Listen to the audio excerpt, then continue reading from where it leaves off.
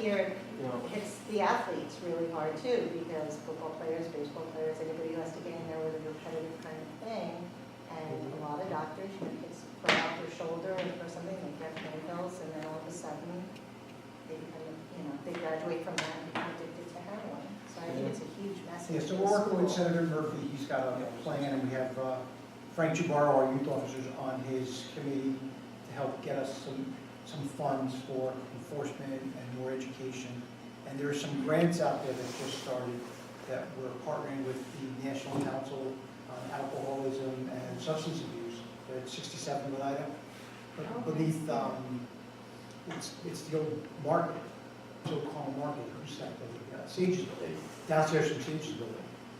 That's where they are now. So they're writing some grants, trying to get some money, because we need the funds to fight this. We had one for underage drinking years ago, like the early 2000s that we were doing. And if there's money for this, for I didn't even know we had a youth box. Frank Jabaro, And one Yes, thing Peter. that's been concerning me, and it's not just here, all along all the roads, if you look close at the litter, there are hundreds of whipped cream cans. So they're doing whippets. Now, whether they're doing that while they're driving and impaired, go along 301 between Glenida Ridge and Golden Road and Glenida Ridge now, if the snow's melting, there's got to be 50 of them there.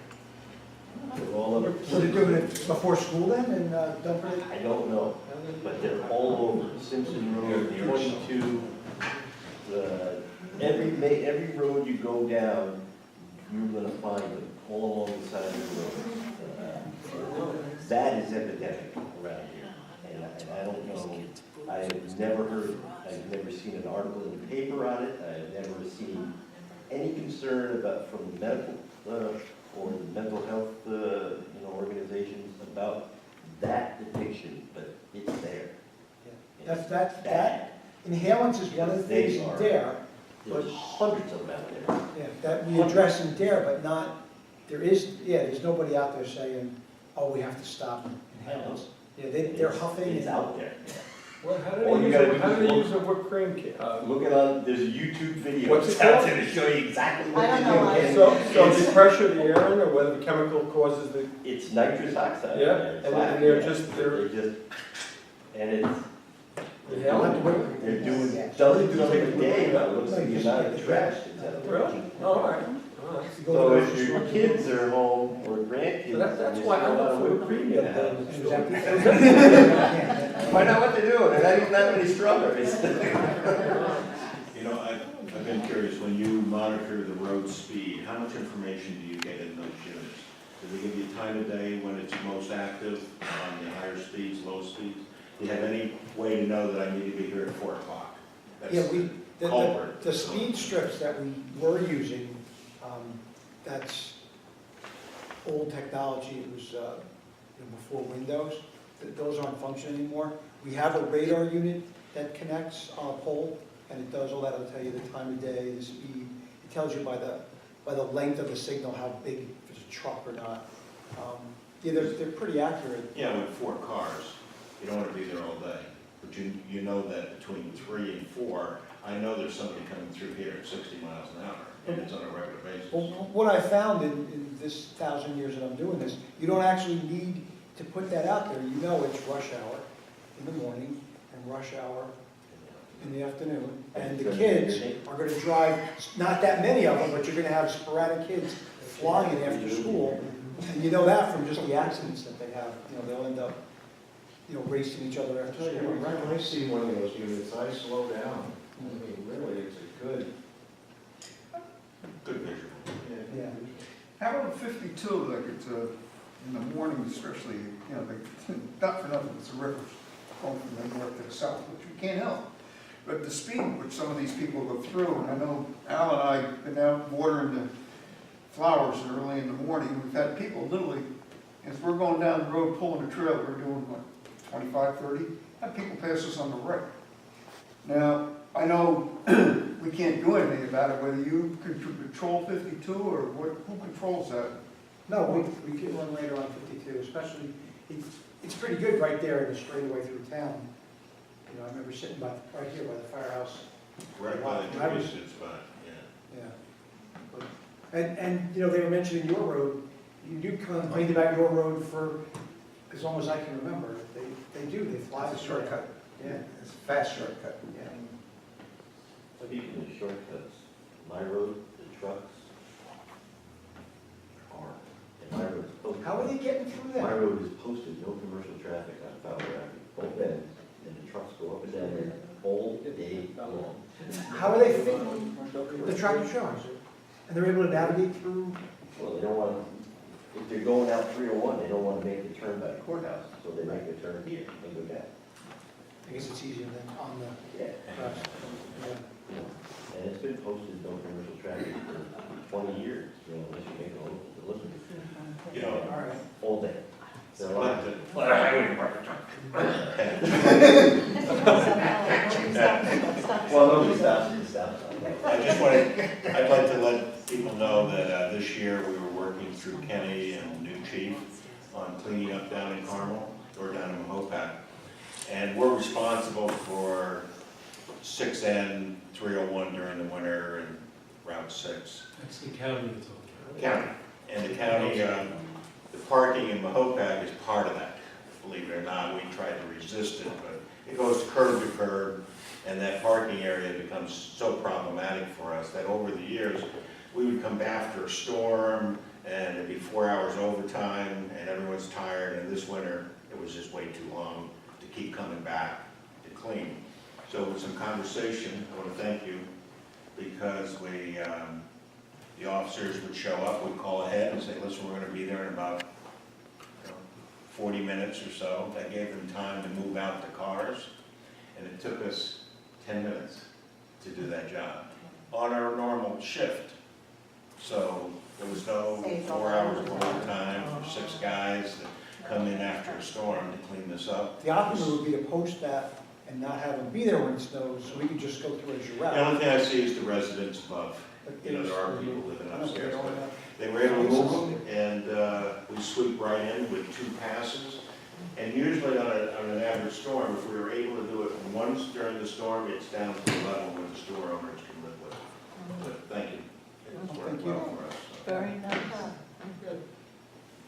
Back on the community policing, I live up on St. Michael's Terrace, so, you know, when you have so many houses close together, it's easy for the solicitors, let's say. How do you deal with that? If somebody comes knocking on your door, I mean, I know they're supposed to have a permit. Do you ask them, can I see your permit? Do you, you know, if they appear intimidating, you just, you know, when they go on to the next house, call and say, there's somebody on our street that, you know, is that appropriate? That's what I do. Yeah, okay. When they come up my street, I call for a car to come and chase them out. Because they're supposed to have a peddling permit, which I think it's like $400 or $500. So we tell them to move along, or else they're gonna get, you know, arrested. And they're required to have an ID card also, Yeah. identify themselves as, you know. Not that everyone's a criminal, but there's criminal enterprises. I mean, I think you've had it in your house I before, did. where they distract you and they go and try to steal your property. So we do not want these people. Right. You know? Well, I mean, obviously, we don't Tis the live in the season house. for but- blacktop scammers. Yeah. Yeah, they're gonna be coming around. Yeah, they're looking, a lot of these people are looking for the older people, and they're taking advantage. Yeah. You know, the phone scams are horrible for them. They're actually going to their door and, you know, and they're stealing from them. So, yeah, call us and we'll chase them off. So in other words, if I just made a call and said, there's somebody going door to door up here, check it out. But give a description so we can Oh, yeah, find them. Yeah, okay. And off the topic a little bit, banners in the town of Carmel. Yeah, that's On any been a road topic of or conversation. anywhere along the way. Yeah. What is it in fact $1,500 to hang a banner? The original fee, that number, was the engineering department who had been processing the applications for banners. That's the number that the engineer came up with, as what the town's cost would be for labor, for the person who was processing it, and also for Mike Simone to have his guys in the bucket truck go out and, you know, use the town equipment, bucket truck and manpower to hang the banners. So he came up with a number that he thought would be appropriate, the $1,500 fee. What we're trying to do is we want to get away from that business of processing banner applications. It's the New York State DOT that issues the permit if it's on a state road. They issue the permit, but they would never process the applications. They would say, Town of Carmel, you need to process the applications for the applicant. So what we're going to do is we're going to change that. Now, if whoever wants to put up a banner across Route 6, they have to fill out the application themselves, and they have to process it and work through New York State DOT to get the permit issued. Because we really don't want to be in the banner processing business. We have a lot of work to do in And that, liabilities, too. and there's liabilities involved. So the host organization, whoever is going to be putting up the banner, they're going to get a packet of applications and forms they have to fill out. So they're going to be doing that work and filling that out, and then coordinating with DOT to have the permit issued. The only other issue would be then who's going to hang the banner. And we're going to establish a fee that's going to cover the costs of the highway department only. Mike Simone's tree crew usually puts up the banner, so it's a crew of 3 and the truck. So whatever that cost is for however long it takes them to hang the banner and take the banner back down again, it might be, I'm just going to throw a number out there, $300 perhaps, $400 at most. So it's not going to be the $1,500. It's going to be less than that, but we haven't amended the fee, the user fee schedule yet. It still reflects $1,500, but the board is in the process of ongoing discussions with respect to how much it's going to be. But it's going to, I can tell you, it's going to be $300 or $400. It's amazing how it does rack up in dollars. When you figure, a 3-man crew, you got the truck, you got to put it up, take it down, so I understand the cost. Once the application is submitted and approved, could that organization hang it themselves, hire somebody? Then you got insurance. Or no, because it's a state. Yeah, there's issues with that also. Because I know, we want to, some organizations would have volunteers to do it. yeah. I have a tree company, I'll But put if it up. somebody gets hurt. But if it Yeah. falls and causes an Right. accident, Right. I mean, it's still a town. Now, David, for the holiday on the lake, we don't have any over the Well, here's road. my question. But If like the banner's Master not Gardeners hanging does. across the road, is there a fee to hang the banner? If you're going to tie it to the fence at the firehouse, and they said, sure, you can go ahead and strap There it is. on there. There is, you have to get a banner permit from Mike Carnazza, Okay. the building and codes enforcer. He issues, not but it's not it's like $50 or something like that. But it's kind of. But it's not across the road, it's actually alongside of the road somewhere. But you can get a permit for that also. So I is know, that- I know we went off topic a little bit, but we were actually Lou and I were talking a little while ago just about, all the work that's needed to be done with the water districts. The more guys we have in the engineering department filling out paperwork for banners, the less time they have to be doing the more, what I consider, and I think we all consider, the more serious work of the engineering department themselves. So, if you have a dog permit, you don't go to the clerk and say, here clerk, fill it out for me, my dog's name and spot. Yeah. You know what I'm saying? I mean, understand. and that's kind of, where we're going with this stuff. I mean, in this age of, 2% property tax cap and try to really save and watch every nickel, it'd be nice to do a lot of things for free, but you just can't anymore because, like you said, it takes a couple of guys to do It's accessible through the website. to do the, yeah, everything's on the web, everything's on the website. We have a new website, it's really user-friendly, Carmel. it's very helpful, all the codes are on there, all the forms are on there, the applications. And now we'd like somebody else to You can just go on to print it out. And now, that So price, can you electronically do it and send it to the engineering department from your home? Is it set up You that can, way? yeah, I believe you can, yeah. Yeah. And if you have a scanner, you can scan it and send it. You have to investigate the poll numbers, and NISAC, or the telephone, on their polls, they charge you $200 per banner to hang from their poles to start with. now, So you were they're- talking they're about starting banners to charge. alongside the road. Would there be a charge for each individual banner or for one charge for, let's say, because like the holidays on the lake, we put up 1, 2, 3, 4. Where do you? But they're not across. They're not across the road. No, they're on the side of the road. Oh, On the side of the They're road, okay. one's on Actually, Radovich prop- and Dean's building, One's on DP property. and you've one's been in doing front it of for all Wayne's these Bank. years? For 18 years. It's Sandler. Well, Stop saying No. that. What was that?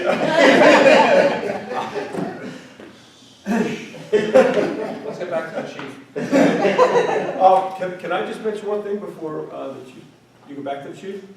I don't know if you guys are aware of this or not, but the town of Carmel has the distinction, some of you may have read it in Hudson Valley Weekly or Hudson Valley Magazine. ADT and Hudson Valley Magazine did a study, a nationwide study, and town of Carmel ranks in the 25 most safest towns in the country, in the nation. We're ranked number 23 out of 25 nationwide of the safest towns in this country.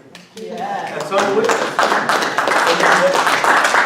East Fishkill is 22. Yeah, I saw that. So did you see it? Yeah, I So saw it on two- Facebook. So two towns in the Hudson Valley. Yeah, it's pretty Yeah, and amazing. that's a great honor. That's a great distinction. So we are, somebody said it before, we live in a safe I community. was a little nervous, I'm like, that's gonna patrol the criminals. Everybody has But no, we really do. but Mike's prepared for them. And that's really in part because of the excellent job our Carmel Police Department does, and the Sheriff's Department, we can't leave them out, and the State Police, yeah. So I'm very honored and proud to be the supervisor of the 23rd safest town in the country. It's amazing. It's really great. So I just wanted to mention that, so you guys all knew that too, so you do live in safety. Did you know that, Greg? I think you did. You saw it too? Somebody, it was on Facebook? It was on Yeah, that's- I Facebook, think yeah. that's right. There was a, Did Lubanacci, John Lubanacci put it on? Also, okay. I don't know if I'm Facebook friends with Lupanacci, Oh, okay. but it was All on right. there. Yeah, so that's great. Sorry. I have a long time ago, it happened to me, and it just happened, I was talking to someone, happened recently. I don't remember what agency they called, but they called, and they were told, that's not our jurisdiction, you have to call so-and-so, a different department. Is there any way of that person having to hang up and call another number where you can notify the other group of the situation, or? Yeah. You know, it's a tough feeling when you call and you say, oh, you have to call so-and-so, that's not our department or our area. That's why the 911 center now. But I don't think disagree. it's as serious as a 911 call, you know. Yeah, they'll take your call now and send it Oh, okay. to someone for exactly that reason. Because what their feeling was, that if you're calling from the cell phone, whatever, how are you gonna write down a 7-digit phone number? That's not right. Yeah, so they'll transfer, they've got the capability to transfer the call source, and the sheriff probably has the capability to transfer the calls to everyone, but we're not connected in the same way. When they took the PSAP out of Carmel, or the backup PSAP, 911 PSAP, then we lost that connectivity that we Yeah, could okay. connect. So we can't, but the other more sophisticated communication systems can do that. Good enough. Sorry. Getting back to an issue that came up already once, about the epidemic of heroin use in the community, this community in particular, and all that. In fact, there was, I think, another article in the paper just today about. Did I read that there's some kind of a local task force? Is it just the sheriff's department? So, I'm sorry, Ken, do you want to say something? All right, I so, just want to know. well, there's some connections that we can speak about. When we came aboard in 2010, we established at that time with Chief Johnson a special conditions unit, which was dedicated solely to drug issues in the town of Carmel. These two undercover officers were fantastic guys, and they know their business really well. That's what they do. Chief, they're still on top of it, and they have great results. You have the sheriff's department also has a similar type of, unit as well. And it just so happens, you're right, actually, Westchester and Putnam County is number one for the wrong reason with regard to the heroin epidemic, and it's just because, I guess there's a lot of factors. But anyway, Senator Murphy was just elected he was appointed as vice chair of the New York State, what's the official title? Heroin. Task force, I believe Task it's force. a heroin, Yeah. combat heroin. Right, task and force. actually, I've spoken to him about it because he knows that that's kind of been my issue with regard to the kids and the drugs, and, you know, I helped get them into the DARE program only went through grades 1 through 6. For whatever reason, it stopped in 7th and 8th, and from what I was told, by the time it gets to the high school, you're done, it's too late.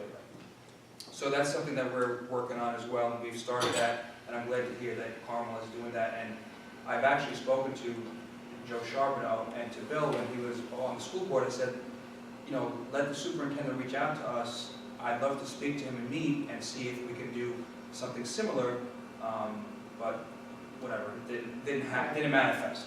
So anyway, I spoke to Senator Murphy, and I'm also going to be on his local task force with regard to that. So that's something that he and I are going to be working on together for the town. And it's good to have a representative of the town involved in something like that, especially, you know, the town of Carmel. So it's definitely a positive thing, and hopefully it'll help bring in some dollars back to Carmel to help the police department and the sheriff's department, you know, combat this ill that we have.